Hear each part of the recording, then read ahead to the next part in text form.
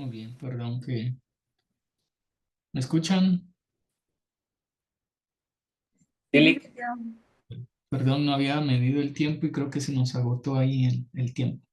Entonces, vamos a compartir nuevamente donde nos quedamos, que son ya las últimas presentaciones.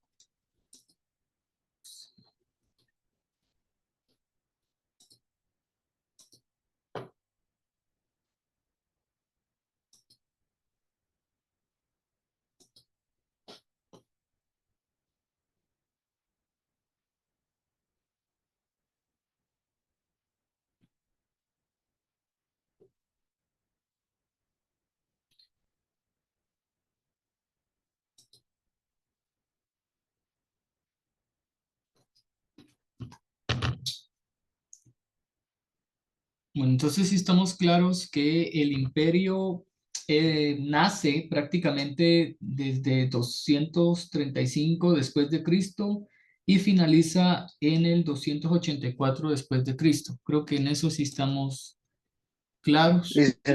Licen- Licenciado, ¿va a subir la línea de tiempo? Ahorita estoy tratando de compartir nuevamente el...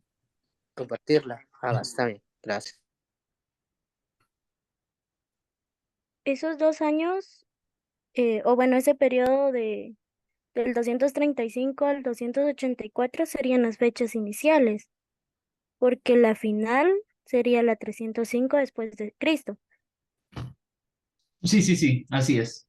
Ok, Sí, gracias. perdón, sí. Entonces sería el nacimiento del imperio como tal es del 235 después de Cristo al 305 después de Cristo.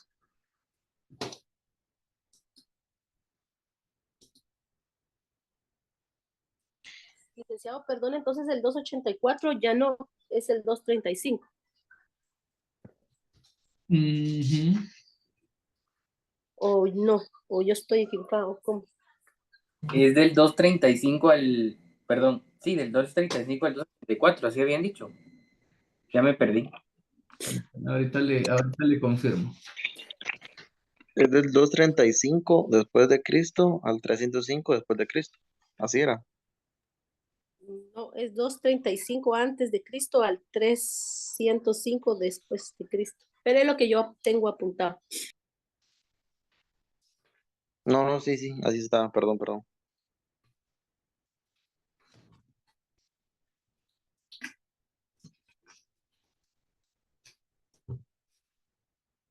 Ok, yo creo que ya puedo presentar. Vamos a ver.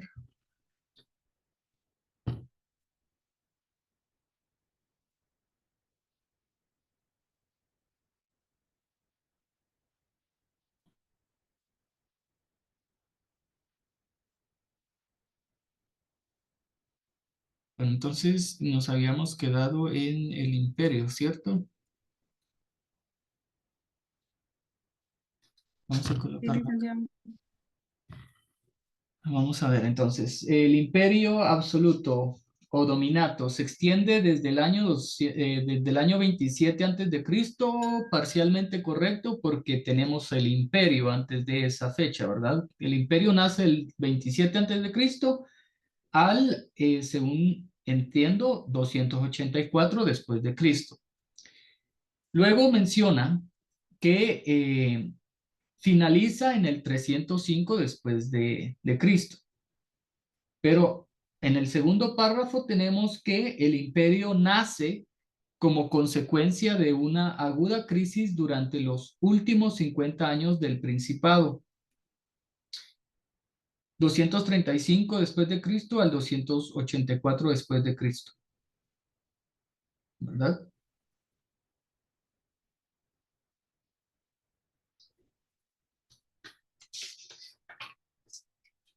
Y en la página 26 nos confirman nuevamente que la autocracia, por ejemplo, es una época de franca decadencia donde pues el imperio romano empieza ya a decaer y esto es del 284 después de Cristo al 305 después de Cristo.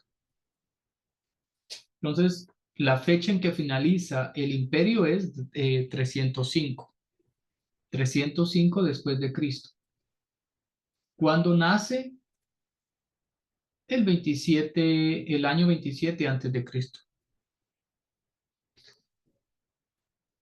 Y la pregunta que había, perdón, Perdón, licenciado, entonces es 27 en el año 27 antes de Cristo. El 235 no. el 235, según entiendo, es para el principado, ¿no?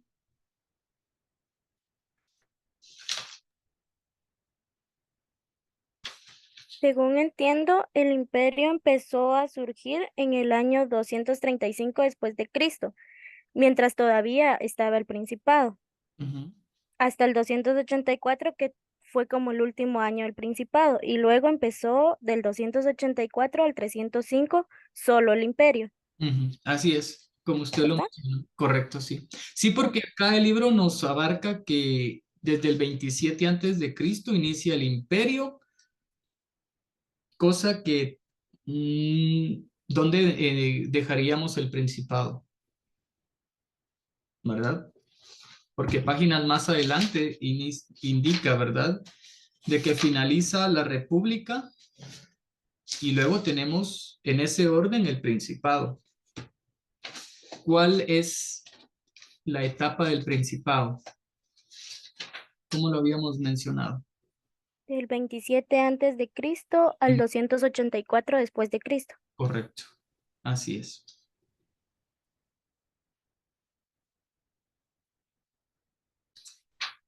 ¿Alguna duda entonces? Un momento, con las fechas. Ya me perdí, licenciado. Dicen que el Principado termina en el 284, entonces el Imperio inicia.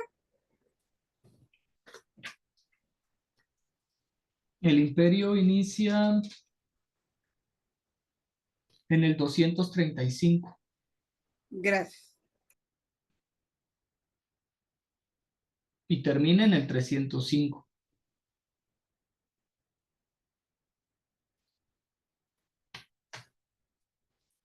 Y también la pregunta que había mencionado es, ¿quién es la cara o quién es el rostro del imperio? El emperador. El emperador, ¿verdad? Tenemos acá el emperador Augusto, pero el libro también no es tan claro porque según entendí, en el principado, el primer príncipe fue Augusto y luego tenemos en el imperio también tenemos que el emperador fue Augusto, entonces no pudo haber eh, no pudo haber existido una continuación de ambos. Y a lo que estaba investigando, Augusto es solamente un título que se les da, no es que se llamen Augusto. Entonces, tal vez ahí habría que investigar un poquito sobre a quiénes se les llamaba Augusto, ¿verdad? Medellín. Licenciado, menciona emperador Diocleciano. Pero luego en la primer parte que tenemos acá, de la página 23, el imperio absoluto o dominato se extiende desde el año 27 antes de Cristo hasta el 284 después de Cristo, desde el emperador Augusto, ¿verdad? Y del 284 después de Cristo a 305 después de Cristo con el emperador Diocleciano. Tenemos dos emperadores. El primero fue Augusto y luego tenemos a Diocleciano. Es lo que pues, menciona el libro. Entonces, el último licenciado sería Diocleciano, ¿verdad? Diocleciano. Y el anterior, Augusto. Así es. Ah, ok, gracias, licenciado. Incluso en la página 24 mencionan acá el título de Augusto, ¿verdad? Pero antes de pasar a la página 24, que justamente es lo que viene después, permítanme acá pasar a la siguiente página. Vamos a hacer unas pequeñas aclaraciones acá de lo más importante del imperio.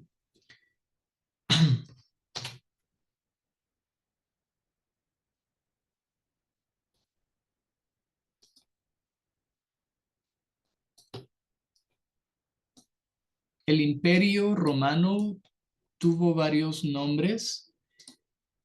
Fue llamado imperio, propiamente esa palabra, imperio.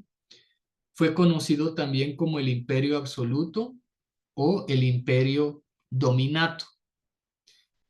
Además de esos nombres, también se le conoce como diarquía o gobierno entre dos. ¿Por qué gobierno entre dos? Porque cuando surge el imperio, la función pública se ejerce por el príncipe del principado conjuntamente con el senado, ¿verdad? Esa es la forma de gobierno del imperio, que en el imperio se manejan dos rostros quienes tienen el poder. ¿Quiénes eran estos dos rostros o quiénes eran estos dos puestos de poder? El príncipe y el senado. Estos trabajaban de manera conjunta. El imperio nació como consecuencia de una aguda crisis durante los últimos 50 años del principado. Dentro del imperio surgen los triunviratos. En la página 23 encontramos dos. La idea de los triunviratos es que son acuerdos políticos para poder restablecer el orden y la paz. En la página 24 tenemos acá el primer triunvirato. Ustedes lo pueden leer y se van a dar cuenta pues que hubo traición dentro del imperio, ¿verdad? Se traicionaron con el objeto de poder tener el poder, ¿sí? Derivado del primer triunvirato nace el segundo triunvirato para poder restablecer la paz en Roma y fue un acuerdo político. En el tercer párrafo encontramos acá que Julio César trató la manera de hacer, de poder recomponer el Estado y traer orden y paz, fortalecer el Senado, pero lamentablemente lo asesinan y vuelve el desorden a Roma. De ahí que nace el segundo triunvirato, que fue un acuerdo con la reina egipcia Cleopatra. Hicieron una alianza con el objeto de traer la paz a Roma. Lamentablemente, pues nuevamente hay traición, hay asesinatos. Y Octavio es quien después de derrotar a los egipcios regresa a Roma ayudado por Agripa, recibe la potestad tribunicia y el imperio vitalicio. Octavio, que trata de restablecer la paz y de rescatar la república, lo cual no consigue, es investido con el título de príncipe. Octavio no acepta el título de príncipe, pero no se le acepta la dimisión, que es otro término para referirnos a la renuncia, ¿verdad? O sea, no le aceptan la renuncia, sino que en lugar de aceptarle la renuncia, le confieren el título de Augusto. Este título de ser un Augusto es el que le da cierto carácter sagrado. Entonces, ese es el término que necesito que investiguemos. ¿Qué es un Augusto en el Imperio Romano? Es lo que vamos a dejar de investigación, ¿qué es un Augusto? Y luego, pues en la página 25 nos dan un cuadro, un esquema, una tabla en el que podemos nosotros consultar los periodos de las dinastías del poder imperial. Y tenemos también las fechas y algunos nombres en ese espacio.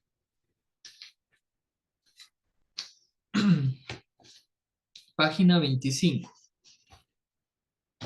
La forma de gobierno entonces del imperio se convierte en absolutista. Es anulada la diarquía a la par que el emperador obtiene la suma del poder, constituyéndose en una monarquía absoluta de corte heleno-oriental, con reformas profundas en el ejército. La burocracia se hace más fuerte y numerosa hasta el punto en que se suprimen las magistraturas. También se producen divisiones políticas en la administración del imperio. Esto básicamente me da a mí la idea de que fue una dictadura. Se convierte ya en una dictadura prácticamente, ¿verdad? El carácter del emperador se vuelve divino, o sea que ahora no es el rey, no es el príncipe, sino ahora es un dios. El emperador es un dios, es un ser divino. Dominus et Deus, Señor y Dios, confiriéndose el Estado mismo con la persona del emperador, y el Senado se convierte en un organismo municipal. Es ahí donde se mezcla la religión con el poder, ¿verdad? Es en Roma en donde se da esa mezcla de la religión y el poder. En esta etapa se concentran en el emperador los poderes y facultades siguientes. Aquí nos dan un listado de cuáles eran esas funciones. Si alguien me puede ayudar a leer en la página 26 las funciones del emperador, los poderes.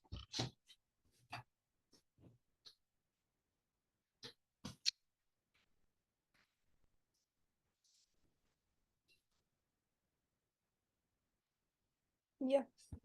Por favor. A. Poder preconsular que le otorga el mando supremo de los ejércitos. B. Potestad tribuna, la cual le concede el derecho del veto en contra de las resoluciones de magistrados menores. C. Potestad senatorial, la cual le permite supervisar y depurar el Senado. D. Poder de magistratura, constituyéndose en el máximo pontífice y asume en ciertas oportunidades el consulado y la censura. E. Facultad para declarar la guerra y afirmar la paz. F. Poder local, puede fundar colonias y asignar terrenos públicos y organizar la administración y gobiernos de los municipios. G. Conferir el derecho de ciudadanía. Ok, gracias. Ahora yo les pregunto, ¿cuáles aplican a Guatemala? Hablando de que en este caso el emperador sea el presidente.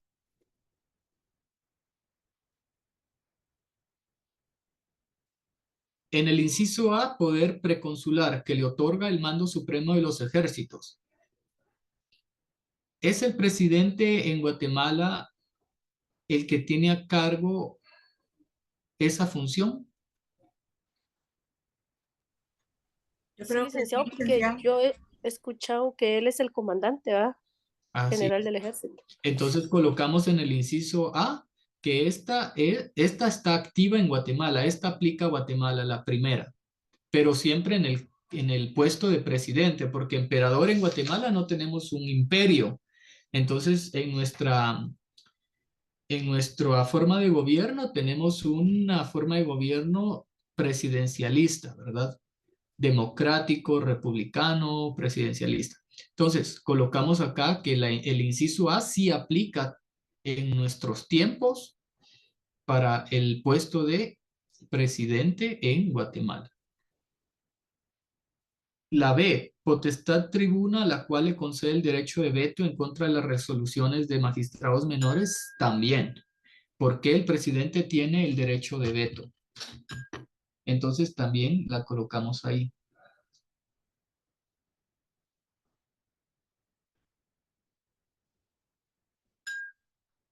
Esa también aplica a Guatemala. La C, el presidente no puede o no tiene poder dentro del poder legislativo en Guatemala, ¿verdad? Entonces, la C no aplica para Guatemala porque el presidente no puede inmiscuirse en asuntos legislativos a menos que sea por el veto, ¿verdad? Poder de magistratura tampoco aplica para Guatemala.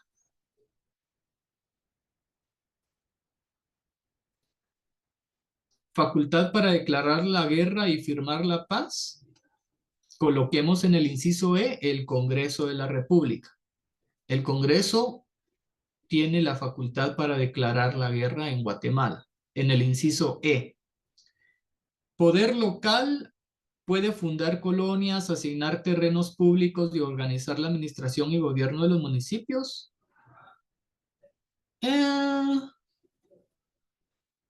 La F podríamos colocar que sí también aplica para Guatemala, para el presidente. Porque él es el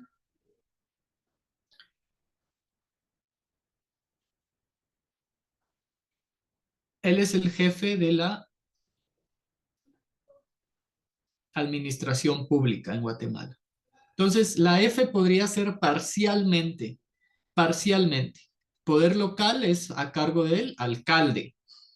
El poder local en un municipio es para el alcalde.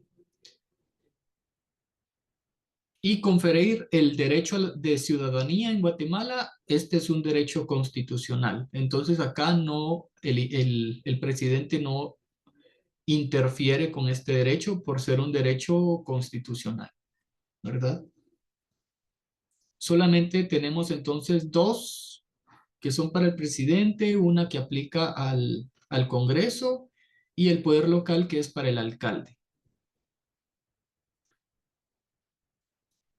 Muy bien, y vamos a continuar entonces con la última parte, que es la autocracia. ¿Alguien que me pueda ayudar con la lectura de la página 26, la autocracia, por favor?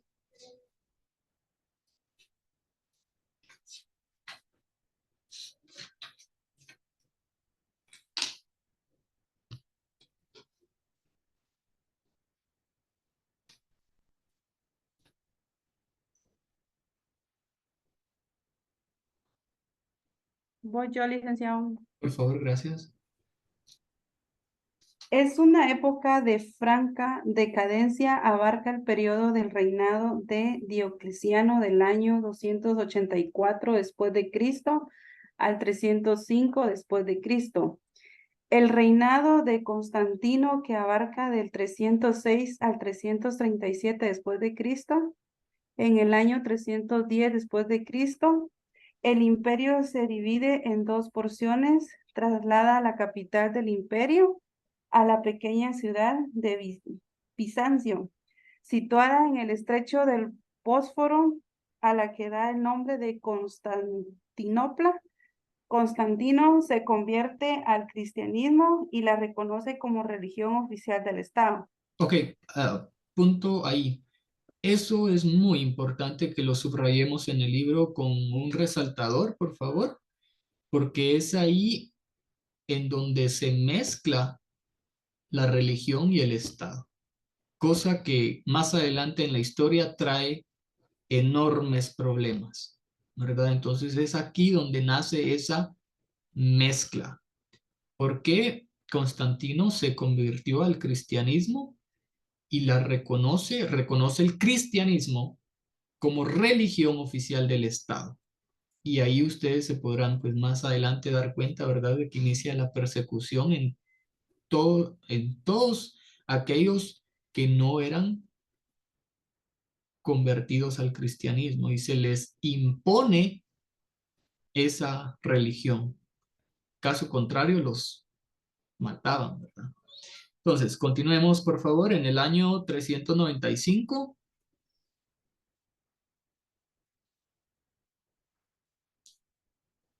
Ok.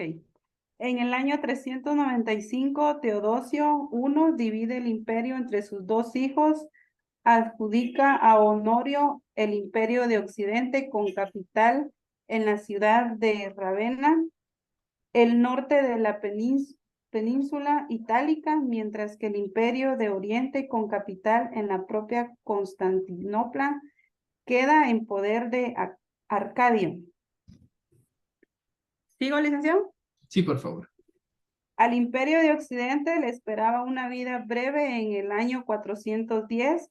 Roma es saqueado por el rey bárbaro Alarico y pocos años después, en el 476, el último emperador de Occidente, Rómulo Augustulo, se rinde ante el avance incontenible de las invasiones germánicas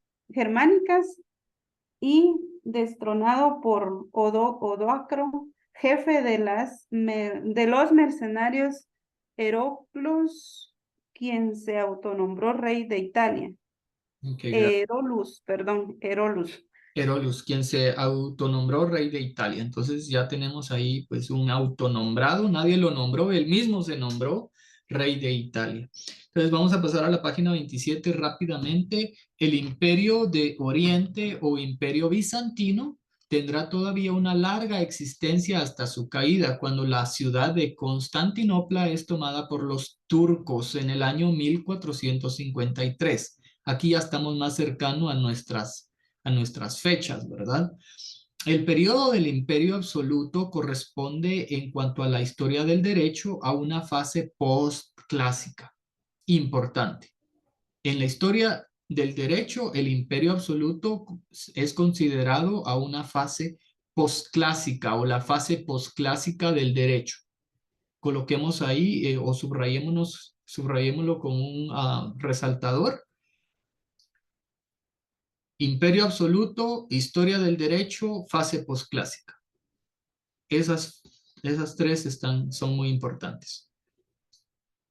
Imperio absoluto, historia del derecho igual a fase postclásica, la cual se caracteriza por ser fase de compilación y sistematización de la producción jurídica de las fases anteriores y no una producción creativa del derecho. Es la fase postclásica del derecho una compilación, una fase de compilación y sistematización. O sea, solo están recopilando todas las leyes que pudieran tener y esa es considerada la fase postclásica del derecho. Bueno, página 27, ahí tenemos un mapa de la región, ¿verdad? Tenemos Hispania en la parte de España, tenemos Galita, creo yo, en la parte de Alemania, parte de Francia, Britania en Reino Unido, en Italia tenemos Italia. Y pues es interesante ver el mapita. No sé con qué fin lo colocaron porque no nos da una... Ah, bueno, aquí nos da la descripción en la parte de abajo, descripción. 1. Expansión del imperio a la muerte de César y zona de influencia romana en Armenia y costas del Mar Negro. O sea, todo lo que está en más oscuro fue considerado el imperio romano. Todo lo que está en oscuro, ¿verdad? Más oscuro que la otra parte del mapa, eso constituye la expansión del imperio romano. Y rápidamente nos quedan 10 minutos, creo que sí nos da tiempo de terminar y explicar el laboratorio. Bueno, página 28. Tenemos también expansión territorial desde Augusto a Nerón y en época de Trajano. 3. Intento de penetración romana en Germania en tiempo de Augusto.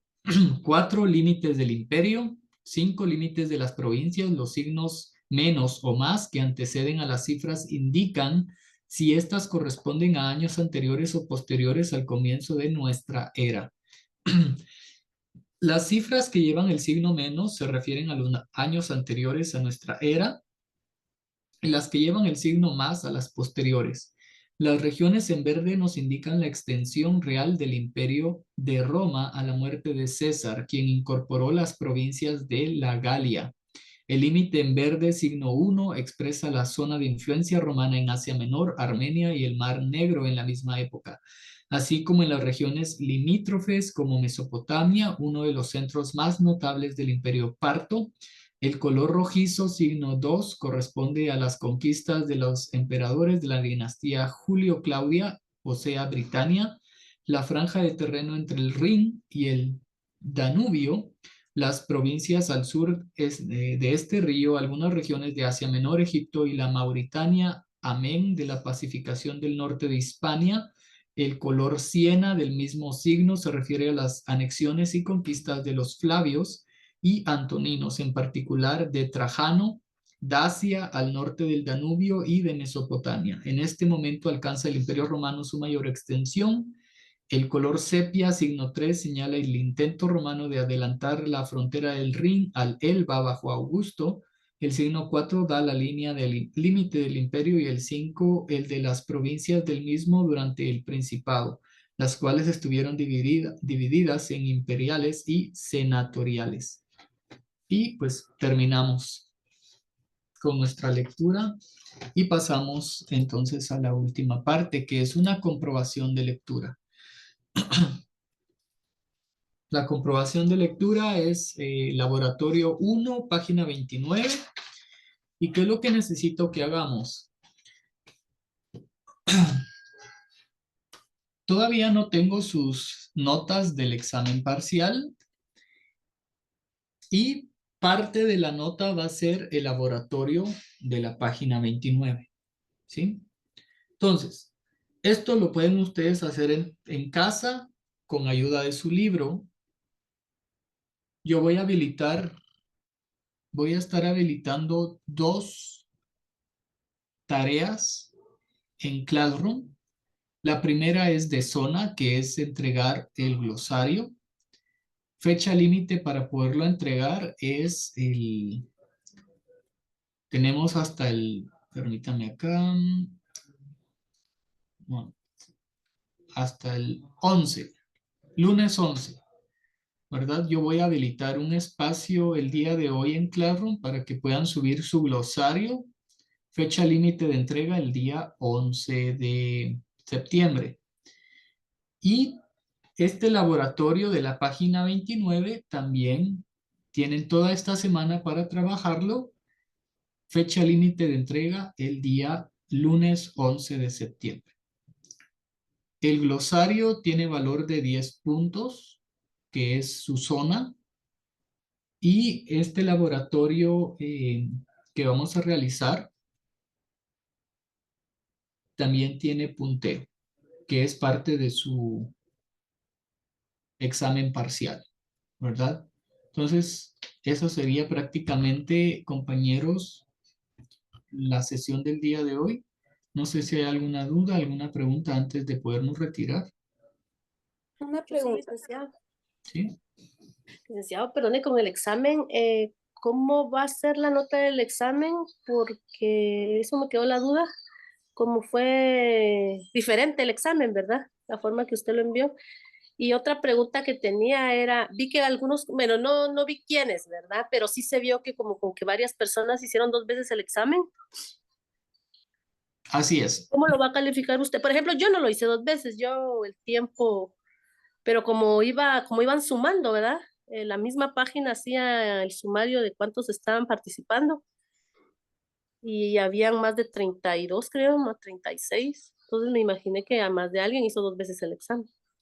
Mire, pues con el tema de examen era prácticamente, si se pudieron dar cuenta, era más que todo una actividad de aprendizaje que una comprobación de lectura o un examen parcial.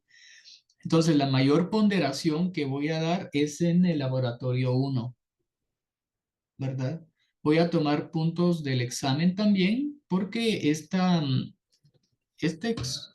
plataforma donde hicimos el examen la semana pasada registra cuántas veces intentaron, registra todo, ¿verdad? Entonces, cuánto tiempo duraron en la prueba, ¿verdad? Si alguien lo hizo más de 3 o 4 veces, pero no tenga pena con eso. Realmente es el primer examen parcial, ¿verdad? No quiero yo afectar a nadie con que lo hizo 2 veces, le voy a quitar puntos, no. Entonces, lo que más va a tener valor es el laboratorio que tenemos en la página 29.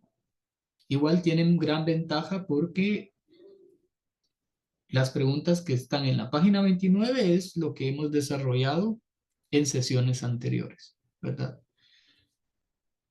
esta primera parte o este primer parcial es muy flexible, lo estoy dejando así porque nos quitaron una clase, ¿verdad? No podía yo evaluar bastante o ser tan drástico con eso. Pero el segundo parcial sí va a venir un poco más complicado porque tenemos mucho mayor contenido, ¿verdad? Entonces, tomemos este examen parcial para poder sacar todos los puntos que necesitamos, porque el segundo parcial sí va a venir un poco cargado, no sé. Y el examen final también va a venir un poco cargado. Si se dan cuenta, el libro tiene 300, vamos a ver cuántas, 320 páginas y solo hemos visto alrededor de 30, 25, 26, por ahí, 28.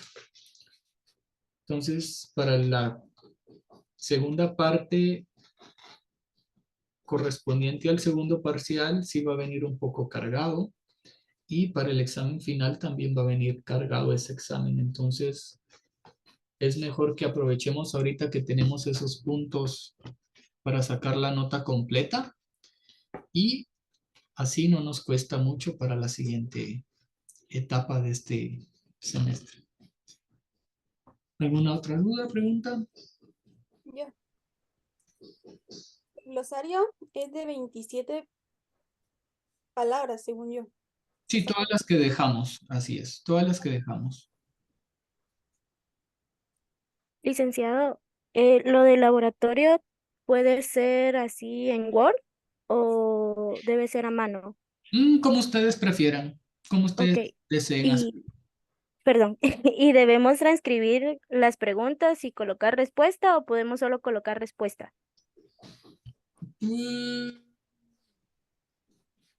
Como ustedes prefieran, como se les facilite.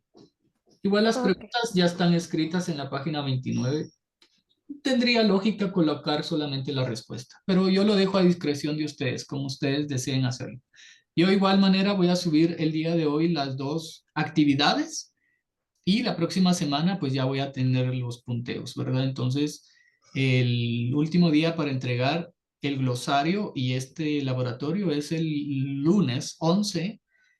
Así yo trabajo con las notas en la noche del día lunes para darle las notas el día siguiente, el día martes.